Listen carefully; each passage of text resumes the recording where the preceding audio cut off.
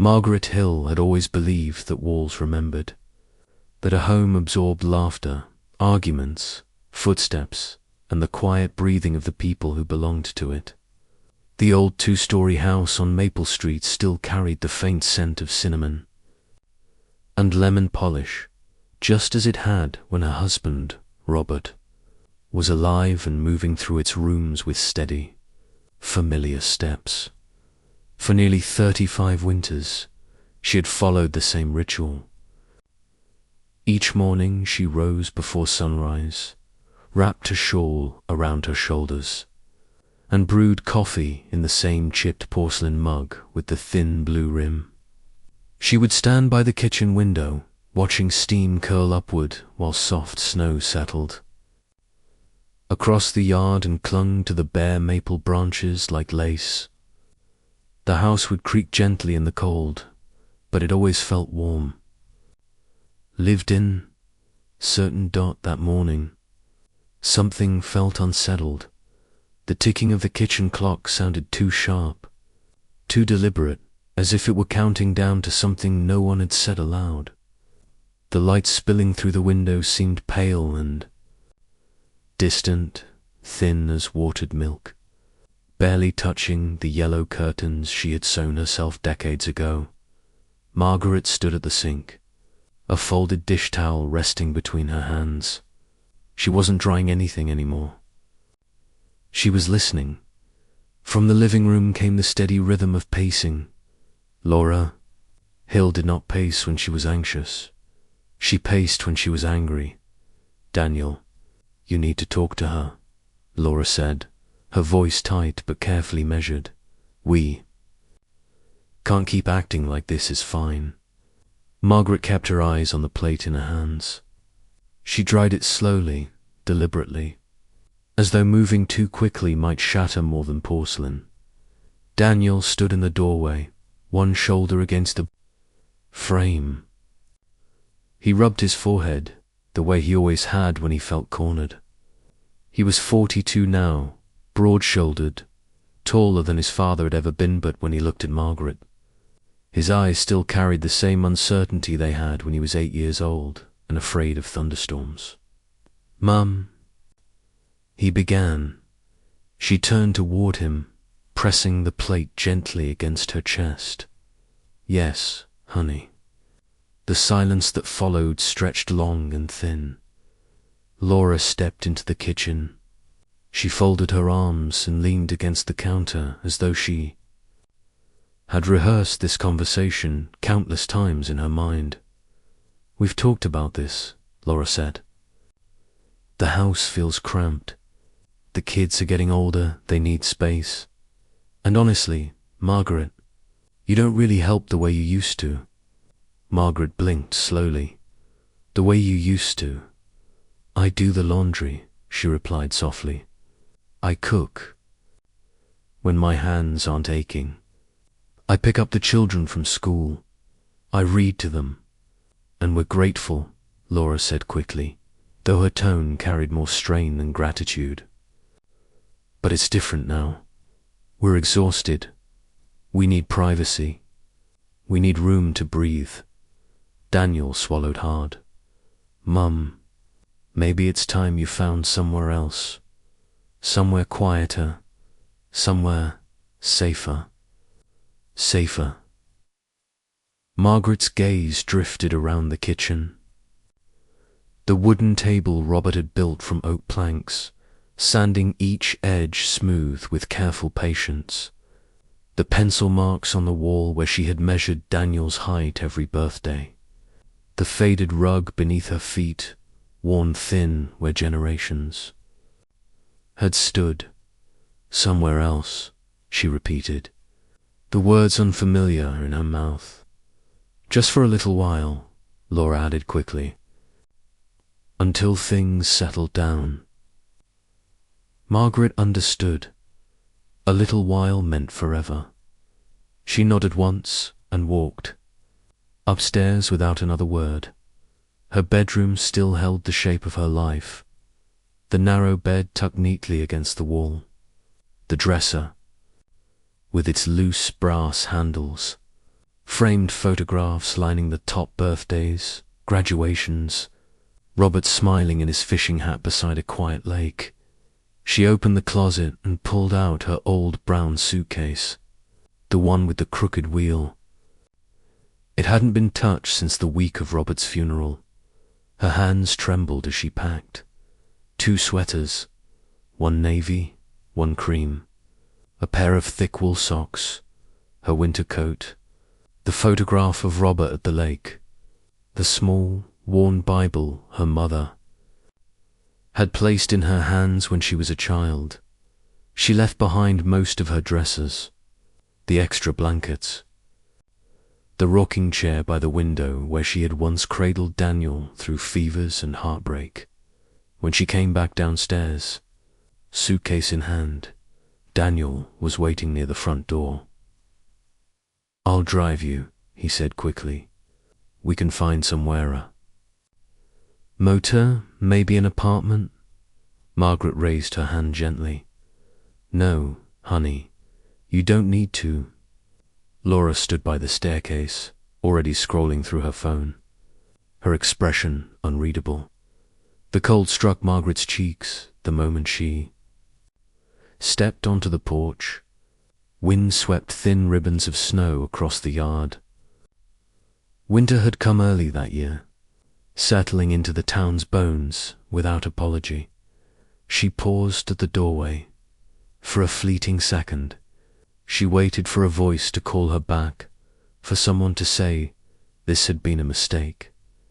The house remained silent. She tightened her coat and descended the steps. The bus stop sat 3 blocks away. Her breath formed soft white clouds as she moved slowly along the sidewalk, the broken wheel of her suitcase rattling against uneven pavement. Passing cars splashed slush along the curb. No one spared a second glance for the small grey-haired woman dragging her life behind her. She disembarked near the edge of town, where houses thinned and the road narrowed into quiet stretches of industrial lots and open sky. Years earlier, Robert had rented a small storage shed behind an aging mechanic's shop to keep his tools. After his death, no one had thought much about it, but Margaret remembered. Inside, the air smelled of cold iron and dust. A cracked workbench slumped against one wall. Old jars of nails and bolts sat untouched on sagging shelves. Spiderwebs clung to the corners like fragile lace. Wind whispered through thin gaps in the boards. Margaret set her suitcase down carefully and lowered herself onto an overturned bucket. "So," she murmured into the dim space, her voice barely more than breath. "This is home now." That night, she wrapped her coat tightly around herself and lay down on the bare wooden floor, staring up at the shadowed ceiling beams. Every sound felt magnified in the darkness. The whistle of wind slipping through cracks, the slow groan of wood, shifting in the cold, and beneath it all, the steady, echoing silence of a life that had changed without asking her permission, the distant bark of a dog. She didn't sleep much. In the morning, she walked to the gas station and bought a cup Avkov with the last of her cash. The clerk glanced at her coat and her shaking hands. "You okay, ma'am?" He Margaret smiled. "Just cold." By the 3rd day, people had noticed her. Mr. Collins from across the street saw her carrying grocery bags and shook his head. "You can't live in there, Margaret. Winter's coming." She nodded politely. "I'll manage." Behind his back, someone muttered, "She won't last." Margaret heard it. She alowated it. At night, she thought about knocking on Daniel's door. She imagined the warmth of the living room, the smell of dinner, the sound of the kids laughing, but she didn't go. Something inside her refused. Robert had once told her, "If the world shuts the door, Maggie, build yourself another one." She didn't know how yet, but she would. The first heavy snowstorm hit. Power went out in half the neighborhood. Pipes froze. People complained about theating bills and drafty windows. Margaret stood in her shed, watching snow pile up outside the door. Her fingers were numb. Her breath fogged the air. And for the first time since Laura's words in the kitchen, fear settled in her chest. Not fear of being alone. Fear of not surviving. The night. She sat on the floor and pressed her back against the wall. "Lord," she whispered, "I don't need comfort. I need a way." The wind howled through their cracks in the boards. Snow tapped against the roof like gravel. Margaret closed her eyes. Somewhere in her mind, a memory stirred of her childhood home in North Dakota, of her mother lining walls with newspaper and clay, of nights when the stove went out, but the room stayed warm. Her heart beat faster. She stood up slowly, and for the first time since she had been pushed out into the cold, Margaret Hill felt something other than fear. She felt the faint, stubborn spark of an idea. By the time the idea fully took shape in Margaret Hill's mind, her fingers had gone stiff with cold. She stood inside the shed, staring at the warped wooden walls as if they might answer her back. The memory of her mother's voice, soft but firm, kept echoing in her head. "Cold doesn't beat you if you don't let it steal your heat." Margaret rapped. Her coat, Titteran, began to move. The shed was barely bigger than a single-car garage. The boards were thin, and the wind slid through the cracks like it had been invited. If she stayed the way things were, she knew what would happen. So she started with what she had. Behind the mechanic's shop was a pile of old cardboard boxes and torn insulation. Margaret dragged them inside, one by one, stacking them along the walls.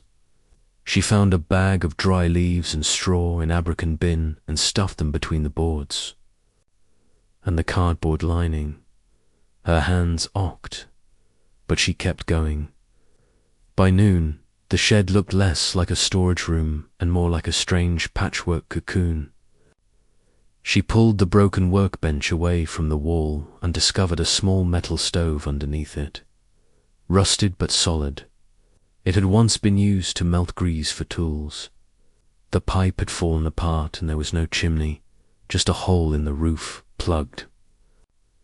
With plywood, Margaret crouched beside it, brushing away dust. "Well," she murmured, "you might get along just fine."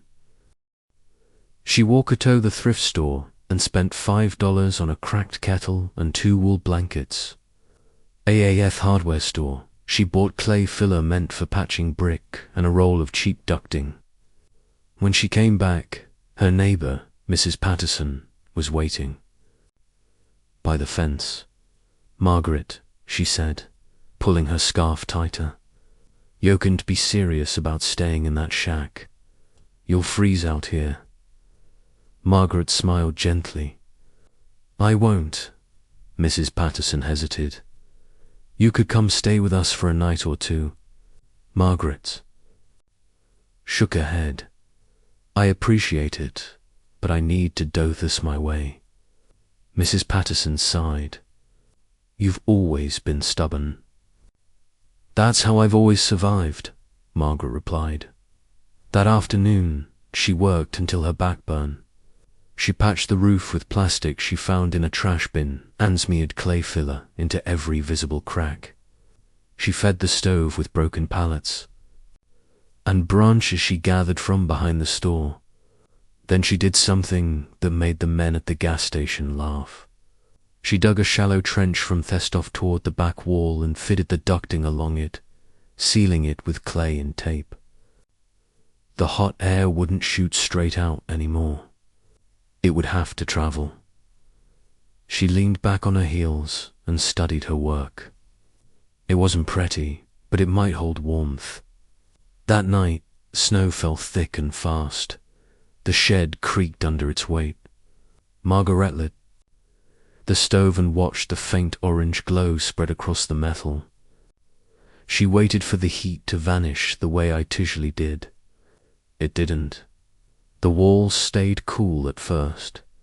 Then slowly they began to feel less like ice and more like stone warmed by the sun.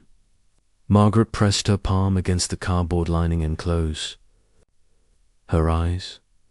"Thank you," she whispered, not sure who she was thanking.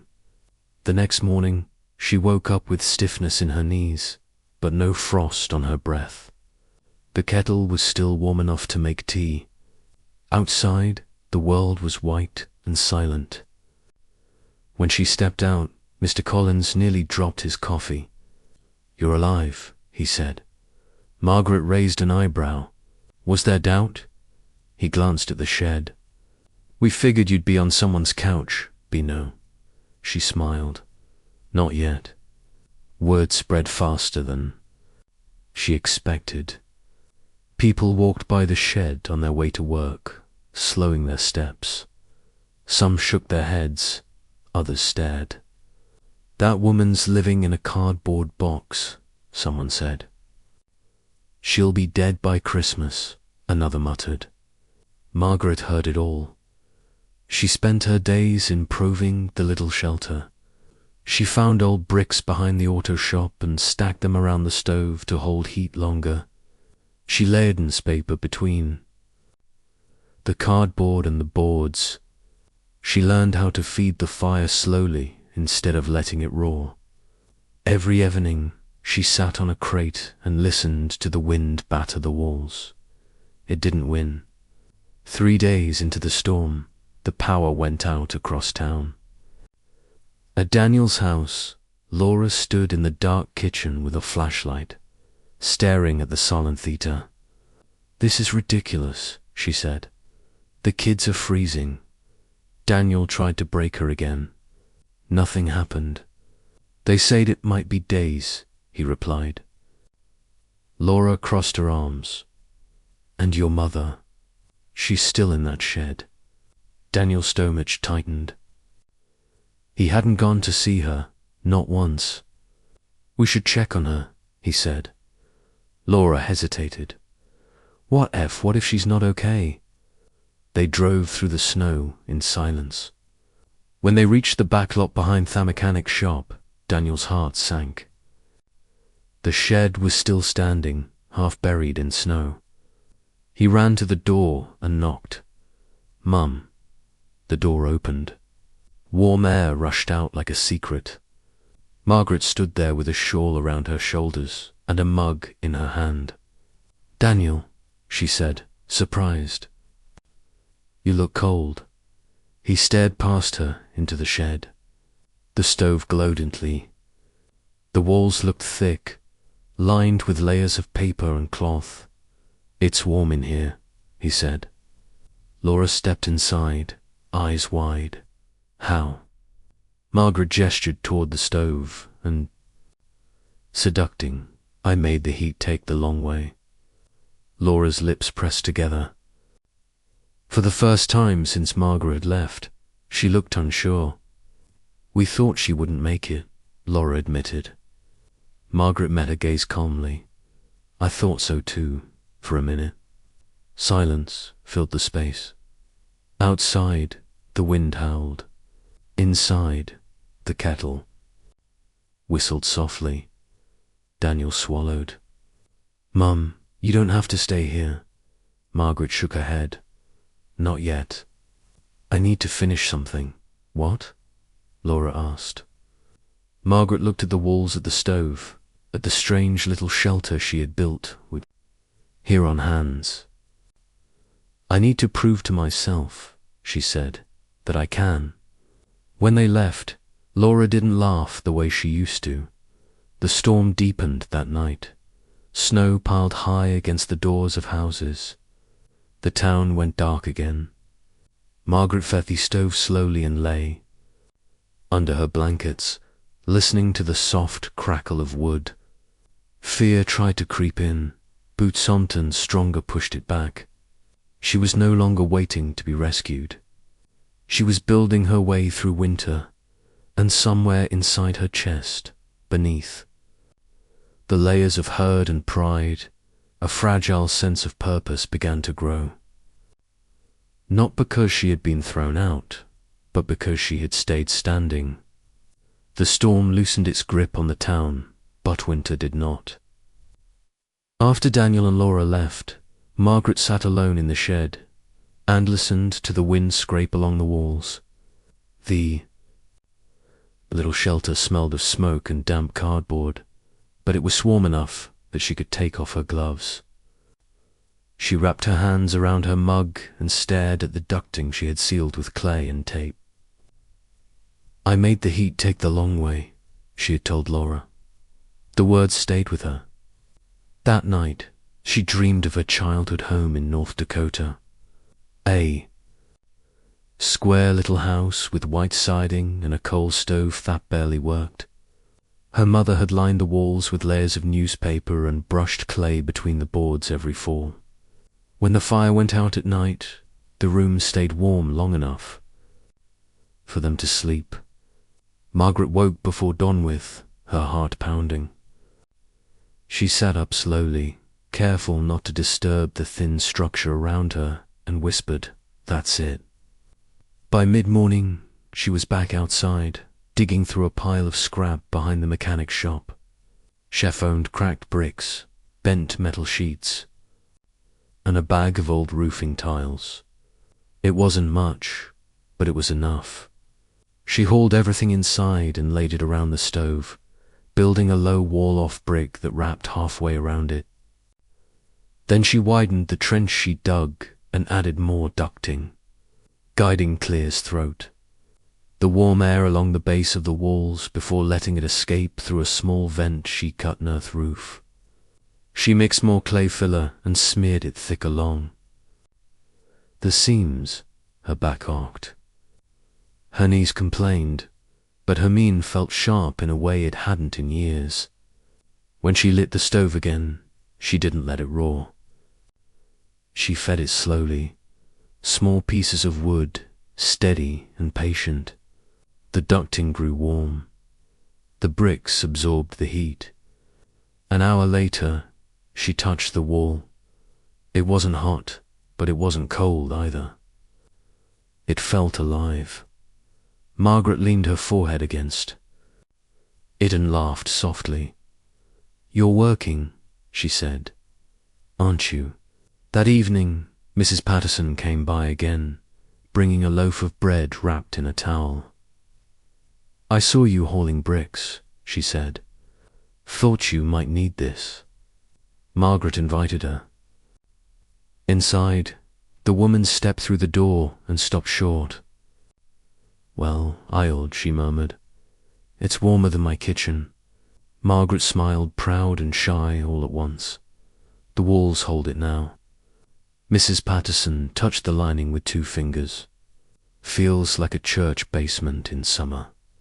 They sat on overturned crate sand, shared the bread with butter melted over the stove. Outside, the sun sank behind grey clouds. That night, the temperature dropped again.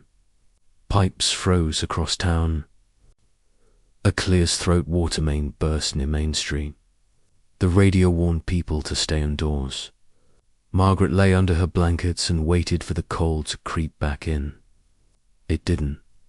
The walls released their stored warmth slowly, like they were breathing. She slept straight through until morning. Word traveled fast in a small town with nothing else to talk about. "Did you hear about Margaret Hill? She's living in that old shed, and she's warm." "Warm how?" "They say she lined the walls and made the heat travel around. That doesn't make sense." "It does to her." At the gas station, men argued about it over coffee. Some said it was luck. Others said it was foolishness, dressed up as cleverness. Daniel heard the rumors and felt something twist in his chest. Hugh went to see her again the next afternoon, alone this time. Margaret was kneeling on the floor, fitting another brick into place. "You're building a fortress now?" he asked gently. She looked up, surprised, then smiled, more like a teacup. "I just don't want the warmth spilling out too fast." He stepped inside and closed the door behind him. The air wrapped around him, gentle and steady. "You shouldn't have to live like this," he said. Margaret wiped her hands on her coat. "I shouldn't have to beg either." Daniel's shoulders sagged. "Laura's scared. The kids were asking about you." "I know," what Margaret replied. "But fear makes people do unkind things." He nodded slowly. "You always said that." She gestured to the walls. "This isn't about proving anything to her. It's about proving something to me." Daniel looked around. "That you can survive. That I can adapt." She corrected. "That I'm not finished yet." Hested in silence for a moment, then reached into his coat pocket and pulled out a small bag of groceries. Canned soup, a loaf of bread, a jar of peanut butter. "I thought you might need these." Margaret took the bag.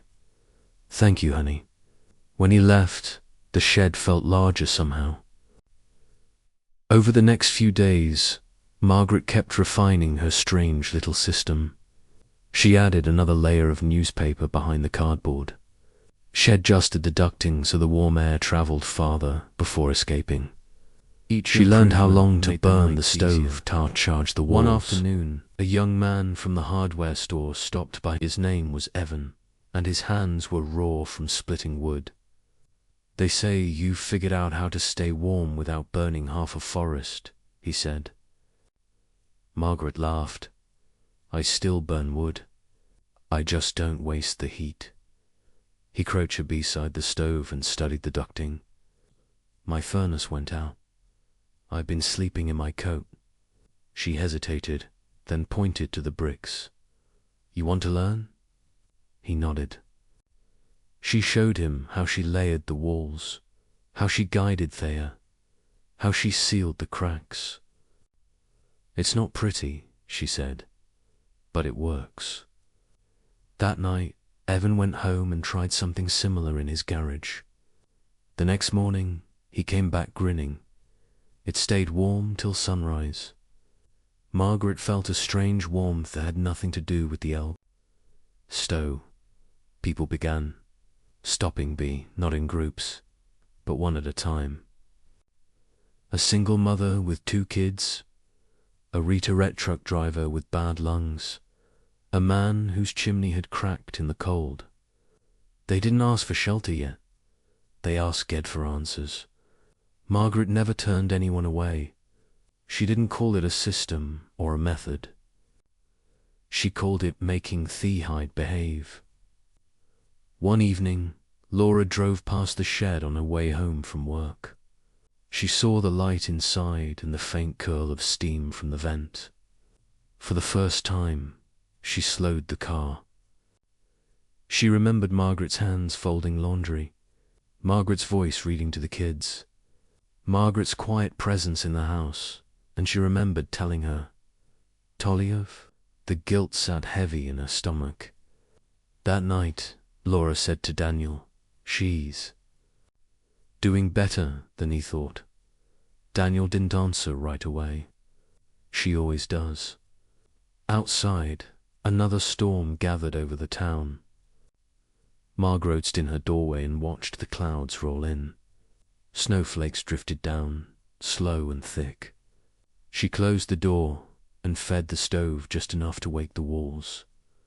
As the wind began to rise, she pressed her palm against the brick and felt the warmth building beneath it.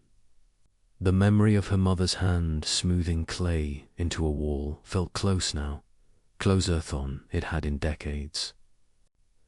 Margaret whispered into the quiet room, "You taught me more than you knew." The storm would test her again, but this time she wasn't afraid of the night. She had turned memory into muscle and the cold into something she could finally answer back. The weather radio crackled all night.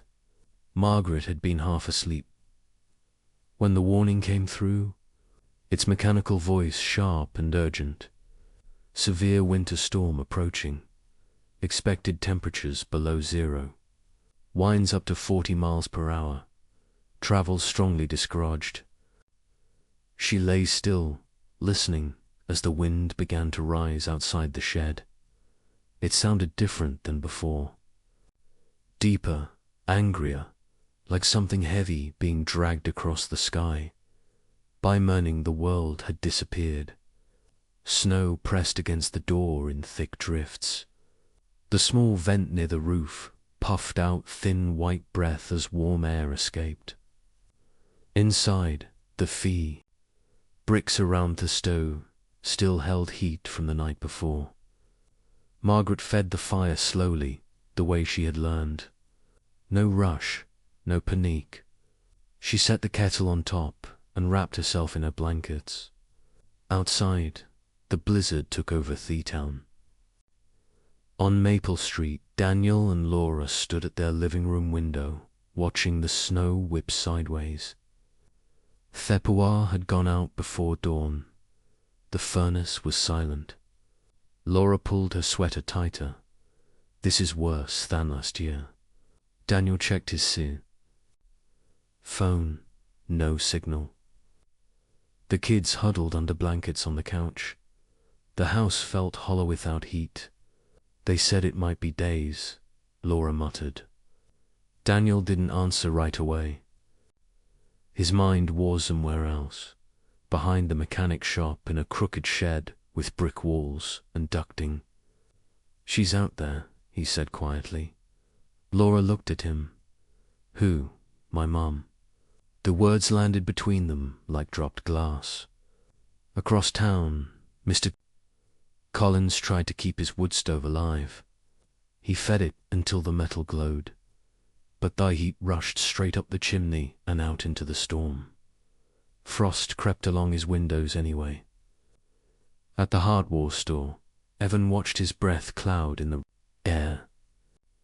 His makeshift wall system was holding, but only barely. The wind found every weakness. By noon, the town felt trapped inside a snow globe. Margaret sat on her crate and listened to Thastorm batter the shed. The walls groaned under the pressure. Snow slipped through the smallest cracks and melted on Thewham bricks. She placed her palm against the lining, and Claire's throat felt the steady warmth beneath it. Easy, she whispered, like she was calming a horse. The radio said temperatures had dropped to -10. By evening, they felt lower. At Daniel's house.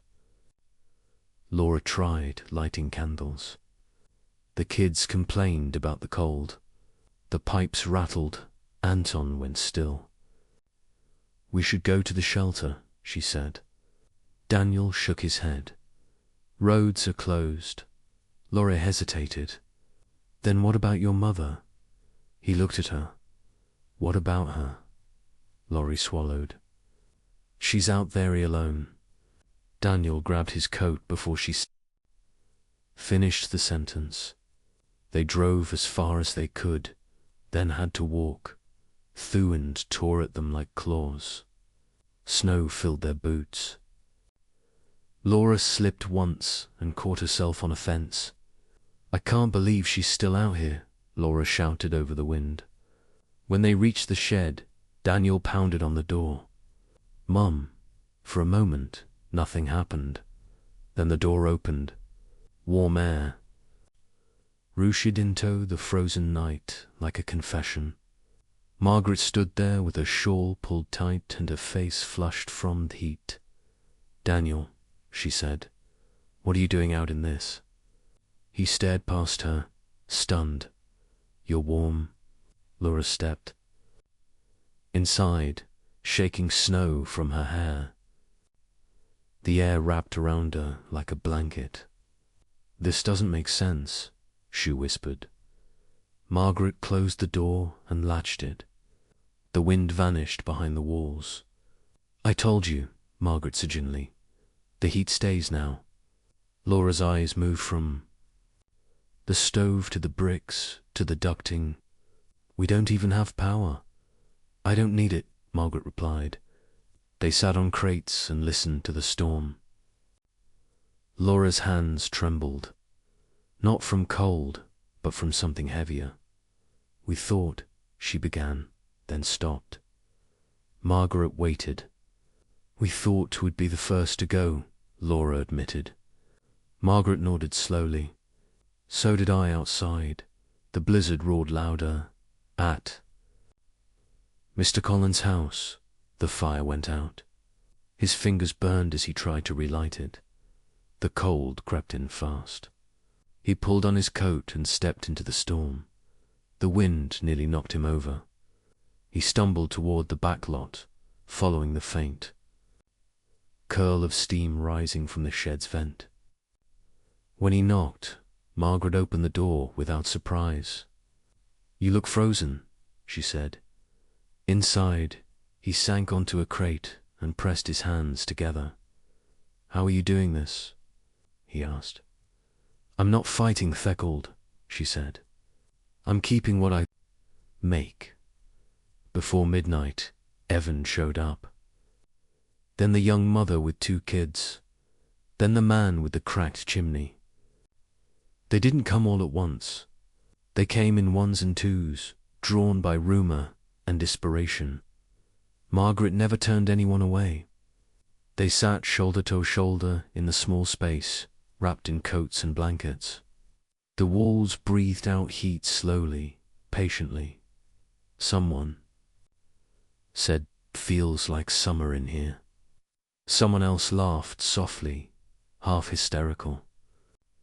Daniel watched his mother move among them, pouring water into cups, adjusting the stove, checking the ducting. She looked tired, but she looked strong. At his house, Laura's mind replayed the moment she had told Margaret to leave. She remembered in the kitchen, arms crossed, certain she was right. Now she sat on a crate in a shed that was warmer than her own living room. The storm howled through the night. In town, windows shattered from the cold. A transformer blew. Sirens wailed somewhere in the distance. Inside the shed, the kettle sang. Margaret fed the fire once before dawn. The bricks glowed faintly. The warmth rolled through the walls like a slow tide. The blizzard peaked just before sunrise. Snow buried the road signs. Drifts swallowed cars. The radio said it was the worst storm in 20 years. People huddled in Margaret's shed and waited. By afternoon, the wind eased. One by one, they stepped outside. Into a world that looked erased. Mr. Collins shook his head. If I hadn't come, hadn't finished the sentence. The young mother hugged Margaret. You saved us. Margaret shook her head. I just didn't waste what little I had. When Daniel and Laura walked back toward their house, Laura's eyes filled with tears. Sheshold never have been out there alone, she said. Daniel nodded. No, but she wasn't. They reached their dark, cold home and stood on the porch. Laura turned. To him, we did this. He didn't argue. That evening, Margaret stood in the inn doorway of the shed and watched the sun touch the snow. The storm had left scars everywhere.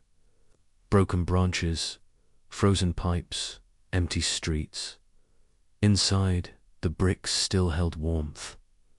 The storm had come for everyone, but it had not taken her, and the town would remember who stayed warm when the world froze. The storm didn't end all at once. It loosened its grip the way an old man releases a fist, slowly, grudgingly. By morning, the wind had dropped to a low, bitter whistle. Snow lay piled against houses like walls built overnight. Ferrods were still closed, the power still out in half the town. And the radio kept repeating the same phrase. remain endures, if possible. Margaret stood in the doorway of her shed and looked out at the quiet wreckage of winter. Broken branches lay across the lot. The mechanic's sign had tilted sideways. Everything felt paused, as if the town was holding its breath. Behind her, the little shelter was still warm. Mr. Collins stepped outside first, pulling his coat tight. He squinted at the sky. Never thought I'd be grateful to an old storage shed. Margaret Clear's throat smiled faintly. Neither did I. The young mother bundled her children and thanked Margaret again, her voice thick with emotion. Evan clapped Margaret lightly on the shoulder before trudging off through the snow. They didn't leave all at once. They left in ones and twos, walking carefully back toward homes that were still cold and dark. When the door finally closed, Margaret sat down on her crate and let out a long breath. The silence felt heavy after a night of shed warmth and whispered fear. She had never imagined this place would become a refuge. Across town, Daniel and Laura returned to their house, stepping inside the frozen rooms. Laura looked around as if seeing it for the first time. "It feels empty," she said. Daniel didn't answer. He was thinking about Theist, about the way the warmth had spread from the walls instead of blasting from a single source. He thought about his mother's calm face. In the middle of the storm, that afternoon, people began to talk. At the gas station, men stood around the counter with cups of coffee and nowhere to go. "She kept it warm with scraps and clay," one said. "No power, no furnace, just bricks and patience." Someone shook his head. "We laughed at her." The words landed awkwardly in the room. By evening, footsteps crunched through the snow toward Margaret's shed again. This time, they came with questions. A man named Harold, whose furnace had cracked, knocked first. "I heard you figured something out." Margaret invited him inside and showed him the bricks around the stove, the way the ducting ran along the base of the walls. "It's not fancy," she said. "It just slows the heat down." Harold frowned. "So it stays longer, shaded long enough to matter." The next day, Mrs. Patterson brought soup in a notebook. "I want to write down what you're doing," she said. "My cousins." Pipes froze. "He's got kids," Margaretha cited. "I'm not a teacher." "You're a survivor," Mrs. Patterson replied. "Same thing right now." By the third day after the storm, people were stopping by regularly. Not for shelter just yet, for guidance.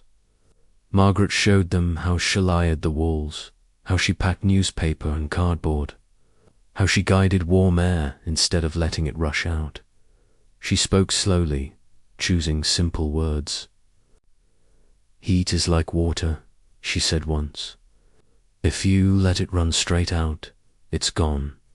If you make it wander, it stays." Word traveled beyond the block. A man from the edge of town came with his teenage son. A woman from the diner brought a friend whose heater had failed. They stood in the cramped shed and listened like students in a strange classroom. Margaret never charged them. When Simeon tried to hand her money, she shook her head. "I don't sell what kept me alive." One afternoon, Laura stood at the edge of the lot and watched people come and go. She hadn't stepped inside the shed again since the storm. Margaret saw her from the doorway. "You can come in," she said gently. Laura walked over slowly, her boots crunching in the snow. Inside, the warmth wrapped around her again. "I didn't know," Laura said after a long pause. "I didn't know you could owe this." Margaret looked at her. I didn't either until I had to. Laura's eyes filled. I thought you were fragile. Margaret nodded. I thought so too. They stood in silence. I was afraid, Laura admitted. Afraid of being responsible for you. Afraid of losing control of my own house. Margaret studied her face. Fear makes people build walls in the wrong places. Laura swallowed. I was wrong. Margaret didn't answer right away. Outside, someone knocked. Evan stood there with a coil of ducting in his arms. I tried what you showed me, Hess said. It worked. Not as good as yours, but better than before. Margaret smiled. That's how it starts. Soon, the shed became a gathering point. Not loud, not crowded, but steady. Men and women sat in crates and took notes. Someone brought a chalkboard. Someone else brought extra bricks. Margaret moved among them, explaining, demonstrating, correcting. Her hands shook when she held the chalk. Not from cold, from the strange weight of being listened to. One night, she sat alone after everyone had gone and stared at the walls. "He always said I was too quiet," she whispered, thinking of Robert. "Turns out quiet learns things." Across town, Daniel watched his children sleep under piles of blankets. The power still hadn't returned. The furnace was silent. He thought of his mother sitting in a warm shed, surrounded by neighbors. Something inside him shifted. The next morning, he walked to her shelter with a bundle of boards on his shoulder. "I want to build something like this," Hess said. Margaret raised an eyebrow. "In your house," he nodded. "If you'll help me," she studied him for a long moment. Then she smiled. "I was hoping you'd ask." They worked together in the cold hallway of his house, lining fuel near the heater with bricks and ducting. Laura watched from the doorway, holding the kids close. When the heater came on, the warmth stayed. Not roaring, not rushing, staying. Laura touched through all and felt it hold the heat. She closed her eyes. That evening, she brought Margaret a plate of food and set it on the crate inside the shed. "You don't have to stay out here forever," she said softly. Margaret looked around at the wall she had built, the system she had created, the people who now came to learn. "I don't plan to," Shep pleaded, "but I needed to know I could." The town slowly came back to life. Power lines were repaired. Pipes thawed. Roads were cleared. But the memory of the storm stayed. So did the memory of where people had gone when their home's clear throat failed them. The old shed behind the mechanic's shop was no longer just a shed. It was where Thiekold had been answered. And Margaret Hill, once sent away with a suitcase and a thin coat, had become something no one he expected. Not a burden, a guide. A quiet kind of anchor in a winter that had tread to take everything. Winter didn't leave all at once. It loosened slowly like a grip that didn't want to admit defeat. Snow still lined the streets, and the morning still came. With a bite. But the worst of the storms had passed. What remained was something harder to measure. The change in the way people looked at Margaret Hill. The shed behind the mechanic shop no longer felt hidden. Footprints led to it every day. Not desperate ones, like during the blizzard, but curious ones. Margaret stood inside one afternoon, adjusting the bricks around the stove when she heard voices outside. Is this where she did it? And that's what. They said. 2 men from the next town over stepped inside, stamping snow from their boots. "Ma'am," one of them said, awkwardly removing his hat. "We heard you kept half your block warm when the power went out." Margaret blinked. I just kept myself warm, Otherskane. That's what we mean, the man replied. You didn't panic. She smiled faintly. I did. I just didn't let it run things. They stayed for nearly an hour, asking questions, sketching the walls in. A notebook. When they left, one of them turned back. You should teach this somewhere proper, he said. Margaret laughed. This is proper enough, but the idea lingered. In the days that followed, people came not just with problems, but with plans. Someone brought real bricks.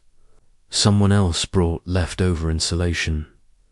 Mrs. Patterson brought a folding table and declared it Margaret's desk. The shed began to look less like a shelter and more like a workshop. One evening, Margaret sat on her crate and watched Evan measure a wall for another neighbor. You've started something, he said. She shrugged. I just didn't want to freeze. That's how it always starts. He replied. Across town, Daniel and Laura felt the change, too. At the grocery store, someone stopped Laura by the dairy case. Your mother-in-law is clever, the woman said. Wish I'd listened sooner. Laura forced a smile at home. She sat at the kitchen table and stared at the wall Daniel and Margaret had. Reinforced together. It was warmer now. Not roaring heat. Steady heat, like a presence.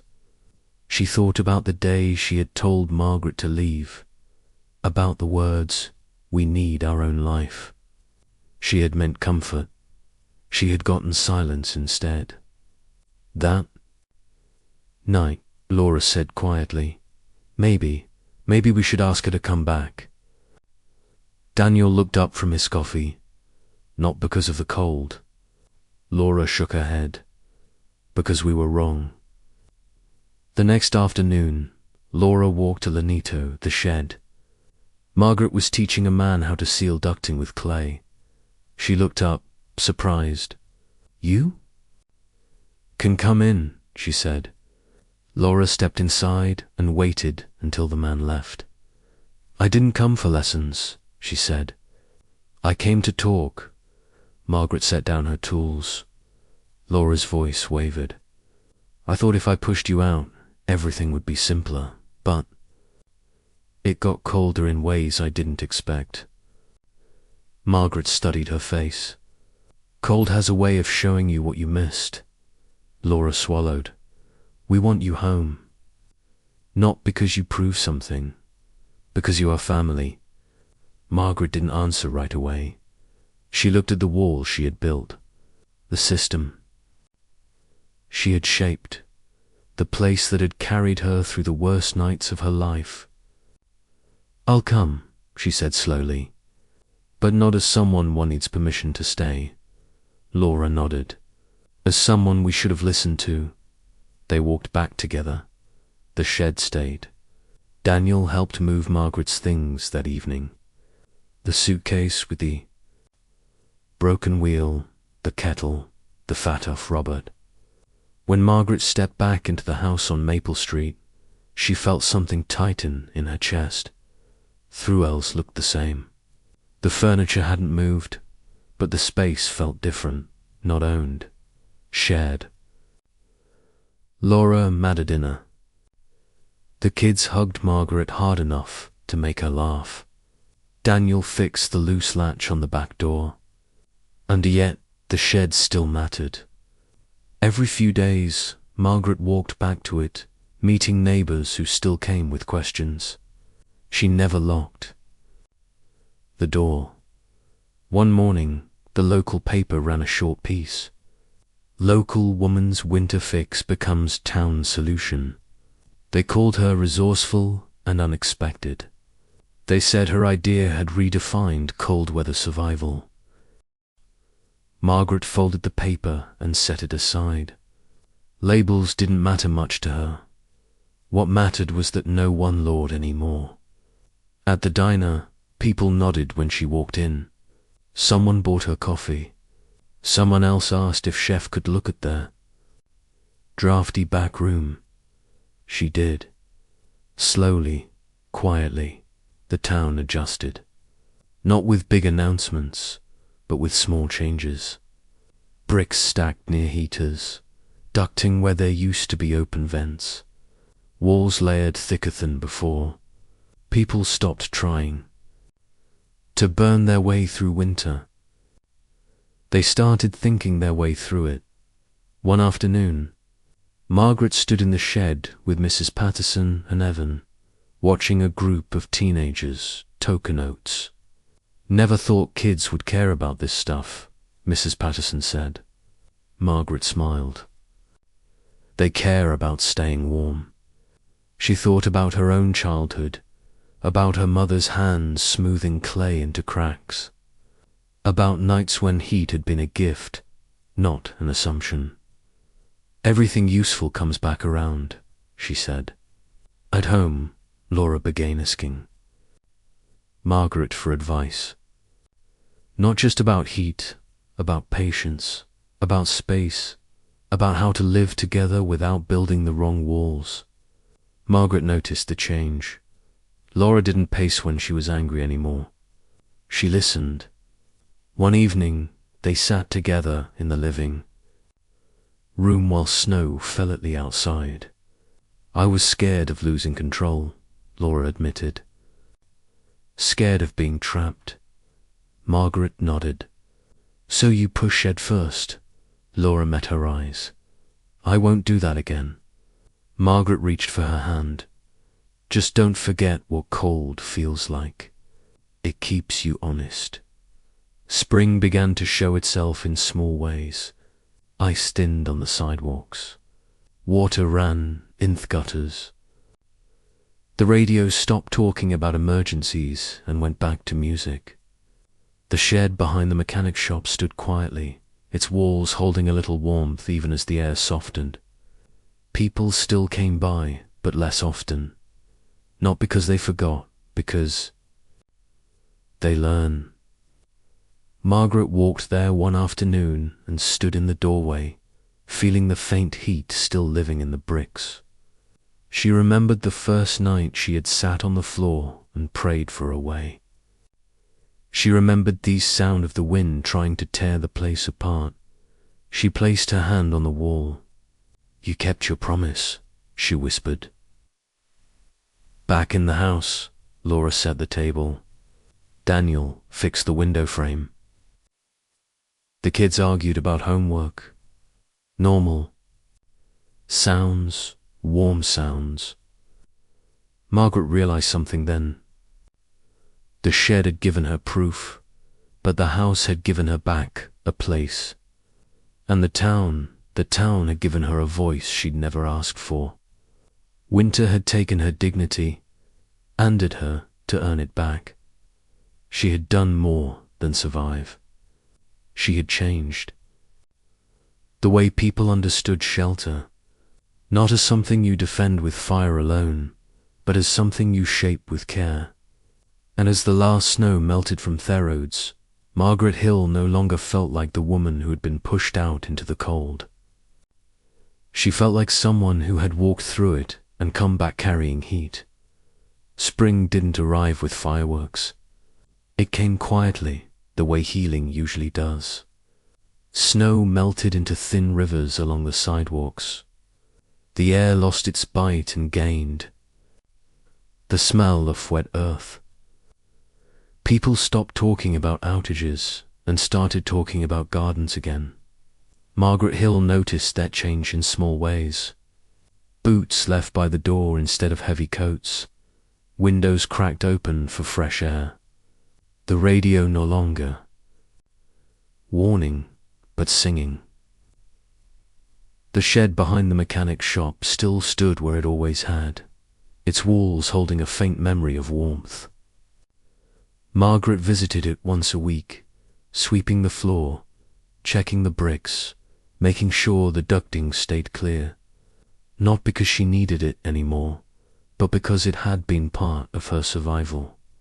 It had been proof. One afternoon, she stood in the doorway and watched a young couple measure their own garage across the street. "You think it'll work?" the man asked his wife. She shrugged. It worked for Margaret. Margaret smiled to herself and walked home. On Maple Street, the house felt different than I had before winter.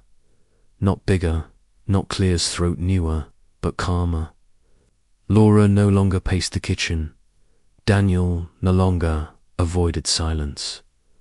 The children no longer whispered when Margaret entered. The room they treated her space, like something solid now, something earned. One evening, Laura sat with Margaret on the back porch while the kids chased fireflies. "I still think about that day," Laura said. "The day I told you to leave." Margaret didn't look away. "So do I. I thought I was protecting my life," Laura said quietly. "But I didn't see yours." Margaret nodded. "Cold makes people narrow. Warmth lets them widen again." Laura laughed softly. "You should write that down." Margaret shook her head. "I lived. The town changed, too. Not in big dramatic ways, but in habits. People talked about heat differently now. They talked about keeping it instead of burning more. They talked about walls like they were part of the solution, not just something to decorate. At the hardware store, a small sign appeared near the insulation aisle. "Ask about slow heat setups." Margaret pretended not to notice. At the diner, people waved her over to their booths. Someone always asked how the walls were doing. Someone else always said, "You saved us that night." Margaret never corrected them. She didn't feel like a hero. She felt like a woman who had been forced to remember what her mother once taught her. One Sunday, the local school invited her to speak to a class of 8th graders. She stood in front of them with a piece of chalk and drew a simple picture on the board. A stove, a wall, and a long winding line between them. "This line," she said, "is time. If heat leaves too fast, you lose it. If it takes its time, you keep it." A boy raised his hand. "So, you tricked the cold?" Margaret smiled. "No, I just stopped fighting it the wrong way."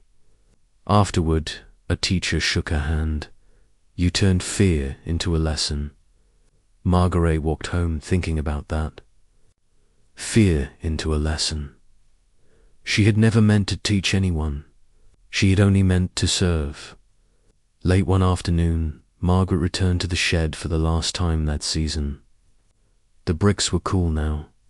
The ducting no longer breathed warmth, but the place still felt alive. She sat in the old crate and listened to the quiet. She remembered the night the storm had screamed outside and stranger shad pressed close inside these walls. She remembered Daniel's face when he first stepped in and felt the heat.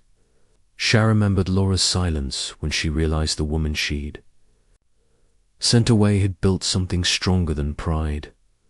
Margaret stood and placed her hand against the wall. "You did your job," she whispered. That night, she dreamed of her mother again. Not of cold, of hand-smoothing clay, of firelight moving slowly through walls, of warmth stain where it was needed. Weeks later, the town held its annual spring picnic. Long tables were set up in Sepulk. Kids ran with paper plates. Someone played guitar near the trees. Margaret sat between Daniel and Laura holding a cup of lemonade. Evan walked over and pointed toward a row of houses. "See those? 3 of them. Added slow heat walls. This winter," Margaret raised an eyebrow. "Already," he nodded. "No one wants another storm like that."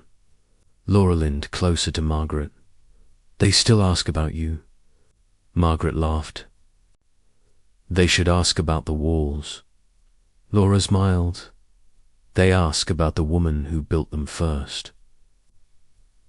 Margaret watched the children run and felt something loosen her chest. She had been afraid once, afraid of being forgotten, afraid of being useless, afraid of being alone in the cold. Winter had tested her, but it had also introduced her to herself, not as a burden, not as Claire's throat a problem, but as someone who could shape her own shelter. As the sun dipped low, Daniel stood and raised his cup. "To me, Mum," he said awkwardly, "who taught us how to stay warm." People laughed and clapped. Margaret waved him down, embarrassed. But inside, something steady settled. Later that night, she and Laura walked home together. "Do you ever wish you hadn't gone through it?" Laura asked. Margaret thought for a long moment. "No," she said. "I wish it hadn't that, but I don't wish it hadn't happened." Laura nodded. "Because it changed things. It showed them," Margaret replied, "and it showed me." They reached the house and stepped inside. Warmth greeted them, not the loud, kind second that stays. Margaret sat by the window and watched the last light fade from the street. She thought about the woman she had been when she walked out with a suitcase and a thin coat. She thought about the woman she was now. Ange wondered how many others had been pushed into the cold by family, by age, by fear, and never been seen again. "So, let me ask you something. If you were forced out into winter with nothing but memory and stubborn hope, what would you build? Would you wait for warmth to be given to you, or would you find a way to make it stay? Because sometimes the thing that saves you doesn't come from comfort. It comes from remembering who you were before the world decided you were done." Margaret. Hill didn't defeat winter with fire. She defeated it with patience, with walls that held heat, and with the quiet belief that she was still worth shelter. If this story made you feel something, if it made you think about family, about survival, or about how we treat the people who grow old beside us, then maybe it's a story worth sharing, and maybe it's one worth staying for. So here's my question. For you, what would you do if the door closed behind you in the middle of winter? Would you turn back or build forward? Tell us in the comments. And if you want more stories about people who were counted out but refused to disappear, don't forget to subscribe to this channel and stay with us for the next one. Because every winner hides a lesson and every story hides a fire. If you know how to keep